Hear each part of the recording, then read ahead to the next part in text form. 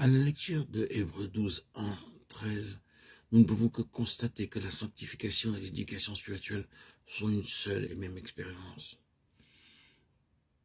Cela nous est montré clairement. Le progrès dans ce double chemin est marqué par la croissance de l'esprit.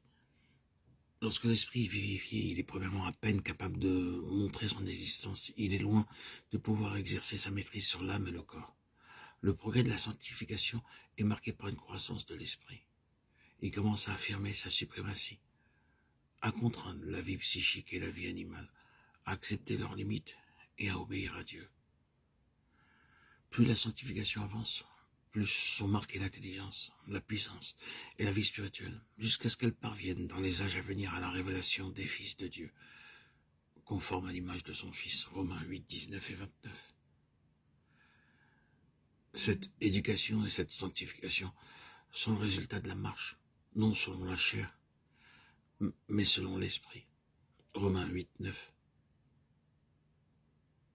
Cette marche nous éloigne de tout ce qui est de la chair et de l'enfance, comme le montre 1 Corinthiens chapitre 3.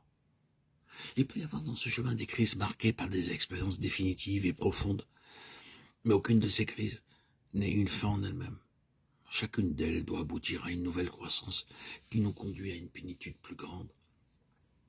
Il est dangereux de relier toute notre marche à une crise ou une expérience faite des années auparavant et de s'arrêter là. La distinction entre l'âme et l'esprit est la clé véritable de la sanctification. Car la sanctification ne doit pas être négative comme l'innocence, mais positive dans le sens qu'elle accompagne l'intelligence et la responsabilité spirituelle. L'état de fils, qui est une seule et même chose que la sanctification, est une question de responsabilité spirituelle et morale dans la maison de Dieu. Nous naissons enfants, nous sommes des fils adoptés. L'adoption dans le Nouveau Testament n'introduit pas un étranger dans la famille, mais celui qui est né dans la famille atteint sa majorité et devient le représentant responsable de son père avec des droits. Le chapitre 7 des Romains parle de la condamnation par la loi. Et la grosse question est celle de la délivrance de la mort, qui est devenue une chose si réelle, si terrible, si intolérable à cause du réveil spirituel expérimenté. Romains 6 montre que cette libération de la mort se fait par notre union avec Christ dans sa mort et sa résurrection. Romains 8 transfère la loi de l'extérieur, où elle agissait comme une obligation imposée à l'intérieur, où elle devient un pouvoir accordé. Ainsi, la nouvelle alliance est écrite dans l'esprit, par l'esprit du Dieu vivant. Voyez donc 2 Corinthiens chapitre 3 et 4.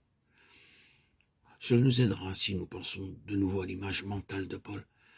Il avait dans sa pensée des gladiateurs dans l'arène. Souvenons-nous que sa lettre était adressée aux Romains et que ce sont des scènes familières pour eux qui y sont dépeintes. Lorsque le gladiateur victorieux avait reçu du juge le signal qui signifiait par le pouce dirigé vers le sol la sentence de mort pour son adversaire, il devait traîner le corps de sa victime autour de l'arène pour recevoir les applaudissements des spectateurs. C'était une chose horrible et répugnante. Et celui qui devait la faire ne pensait sans doute qu'à arriver à la sortie. Paul se représente l'un de s'écriant en lui-même, « Misérable que je suis, qui me délivrera de ce corps de mort ?» Puis, découvrant une issue, il est libéré. Grâce soit rendue à Dieu. Voici l'issue. Cela est reporté dans l'expérience chrétienne, et l'issue pour le misérable étant Jésus-Christ notre Seigneur. Romains 7, 24, 25. Cette délivrance a été expliquée